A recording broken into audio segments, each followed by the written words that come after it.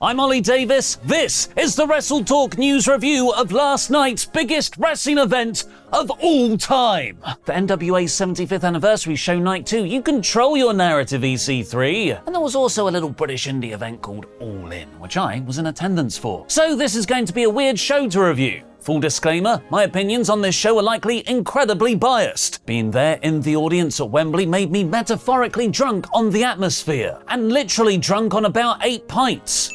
Couldn't hear any commentary, so I might be missing details until I watch this show back, but I did make all my notes on the world's tiniest notebook. Oh look, it's so small. It's such a teeny tiny notebook full of notes. Or am I massive? It's the first one, it's a tiny book. Here's my review of AEW All In 2023 while I'm wearing a 65-pound AEW football top because I'm a mark. Exhibit heard Tony Khan likes pre-shows, so he booked a pre-show for his pre-show so you can pre-show while you show. Before 0 Hour even began, there were a couple of in-ring segments for the live crowd only, like Simon Miller being a security guard for a Miro contract signing. I give that an up.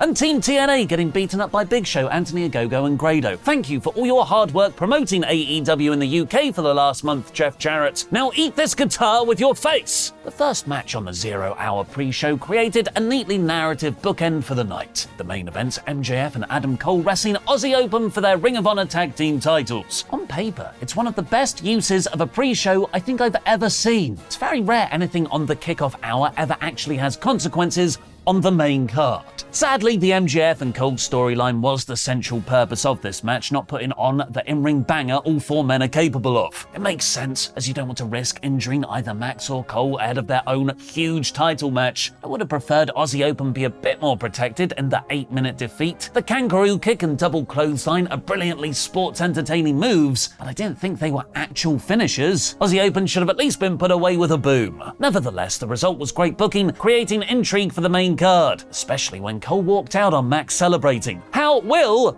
they coexist? Look, there's a wild Mercedes Monet in the crowd. She's got Collision written all over her, which is my polite way of saying she might be potentially difficult to work with. Speaking of people on Collision being difficult to work with, mandatory CM Punk backstage fight segue.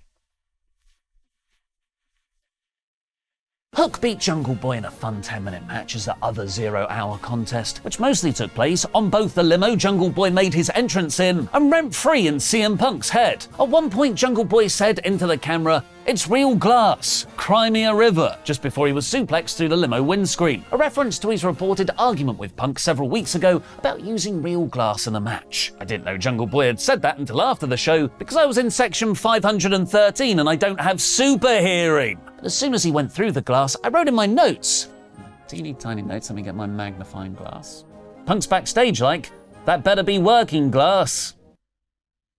It wasn't. And Fightful, PW Insider, Wrestling Observer and PW Torch are all reporting the two clashed backstage afterwards, with some versions alleging they got physical. Jungle Boy was then reportedly removed from the arena. I'm starting to think though that backstage altercations just make Punk stronger, because he then had one of my favourite matches of the night to open the main card. Samoa Joe was having the time of his life wrestling CM Punk, his first walkaway spot being scouted, but then excellently doing it for a Punk crossbody outside. He then busted open Punk hard by swinging him into the commentary desk. What's under there, AEW? A giant spike? So Punk started to lean into the heel reaction he was getting from the crowd, partly because Joe was so awesome and we all wanted to cheer him, and partly because a lot of people just want to boo Punk because they're wrong. So Punk invoked John Cena, Hulk Hogan, and Triple H, 3 wrestlers who found themselves stuck being booed when they were meant to be faces. Who's next? Cody Rhodes? Punk did 4 of Cena's 5 moves of doom to then transition into the last of Hogan's sequence, hitting a leg drop for an awesome Joe kickout at 1. But ultimately Punk reversed a top rope superplex into a Pepsi plunge for the win. A really great match, and one that I totally didn't mark out for, regardless of how much everyone now hates Punk.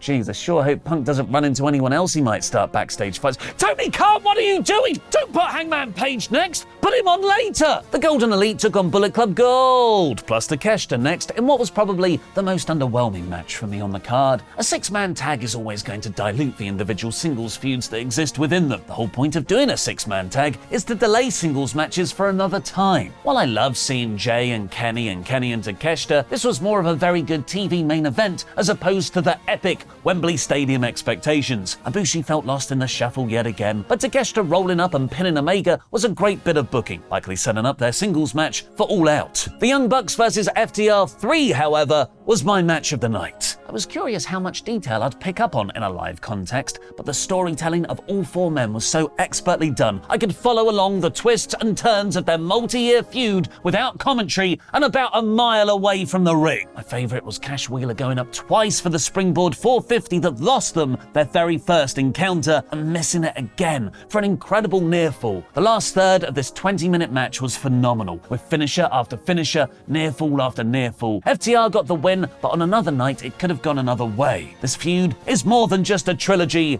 it's a saga, and the Bucks walking out on the handshake offer could signal a more concretely heel turn next. Told you the Elite were always the heels in this. Keeping the show moving at a quick star power-filled pace, the Stadium Stampede Anarchy was next, with so many insane spots. Mox's jumping pile driver on Trent on the steel steps, Trent's mum and Chaos member Sue driving in the minivan to offer a tray of cookies as a weapon, Orange Cassidy being zested open hard way with a fork. Zested because he's an orange, get it? That's Dan Layton's joke. He was very proud of it when he made it. But the substance was in Mox versus Cassidy, which will surely be our international title match at All Out, and in Mox versus Eddie Kingston right at the end, which I'm hoping will be Mox's first international title feud. Kingston barged Mox through a table in the corner and spent the closing moments covered in blood, holding his middle finger up in John's face. Cassidy won with a Sticky Bandits-inspired glass Superman punch on Claudio for the win. No, not glass! You might be able to go on Collision now. Rather than have any kind of storyline build going into the women's four-way, Saraya and Toni Storm forced substance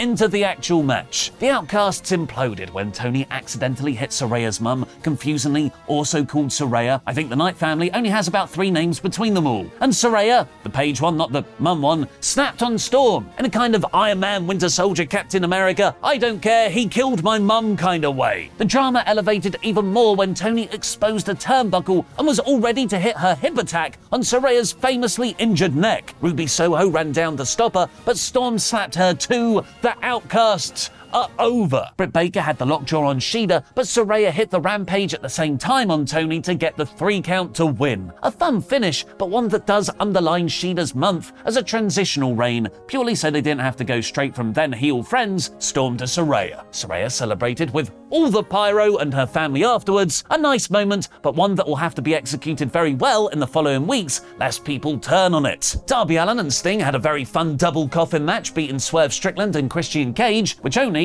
had 1 coffin. I guess I just assumed both opponents had to be in a coffin to win, or at least not have Swerve's braid sticking out the lid. If Sting is saved by a baseball bat, Swerve technically did not lose here because of hair. Luchasaurus knocked out Nick Wayne and carried him to the back, further fuel for the TNT title match at All Out. And Darby won with a coffin drop on a coffin. Meta. With the sun now fully set, the stadium felt far more like a big Anthony Joshua boxing fight than a pro wrestling show, particularly with the hometown support of Will Ospreay against Chris Jericho. I loved this match. From Jericho's very well done Fozzy entrance, I was scared they'd go full Kid Rock medley, but they smartly kept it to just 1 verse and chorus of Judas. Loads of great near falls, Sammy using the bat on Ospreay during the walls, Ospreay kicking out a Jericho Oscutter at 1, and maybe my favourite finish of the show, Jericho shouting at Ospreay to finish him with a not-so-hidden blade. Afterwards, Jericho shoved Sammy as he walked away. Great match, but the character dynamics of heel Dom being with supremely face Will, and Jericho again having tension with Sammy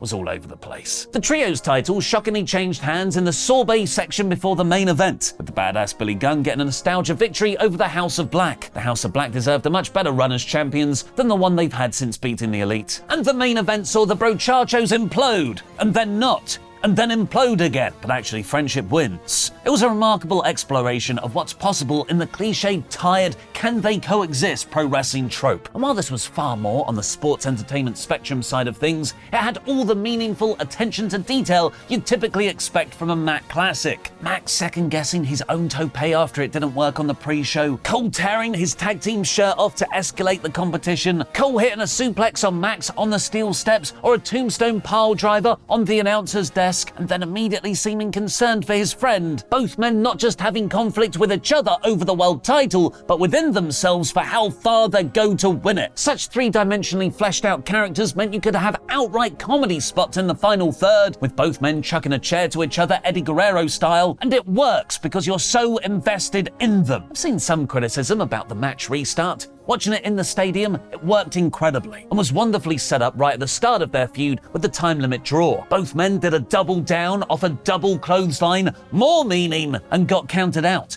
Cole asked for 5 more minutes and Max said no, that's not enough time, because there's going to be a winner in effing Wembley. Not just one, but 2 ref bumps later, including one of the more contrived bumps you'll ever see from a Panama Sunrise, a move where there is a definite halt in momentum where you could have stopped and not pile drive the referee there, Adam. Roddy interfered for Cole, but Cole didn't see it. Max rolled up Cole to win as Cole was distracted by his inner bad guy, considering using the belt to cheat. The drama wasn't done there, as Roddy was screaming at Cole to turn on Max in the post-match, but the Brochachos hugged it out, because this time in wrestling, they can coexist. A masterfully executed main event, a fantastic show. If I was watching from home, this would have probably felt way too long, but this stuff flies by when you're there live. All In 2023 is 98%. Now, in celebration of Cole and Max, go watch the 10 greatest odd couple tag teams in wrestling history.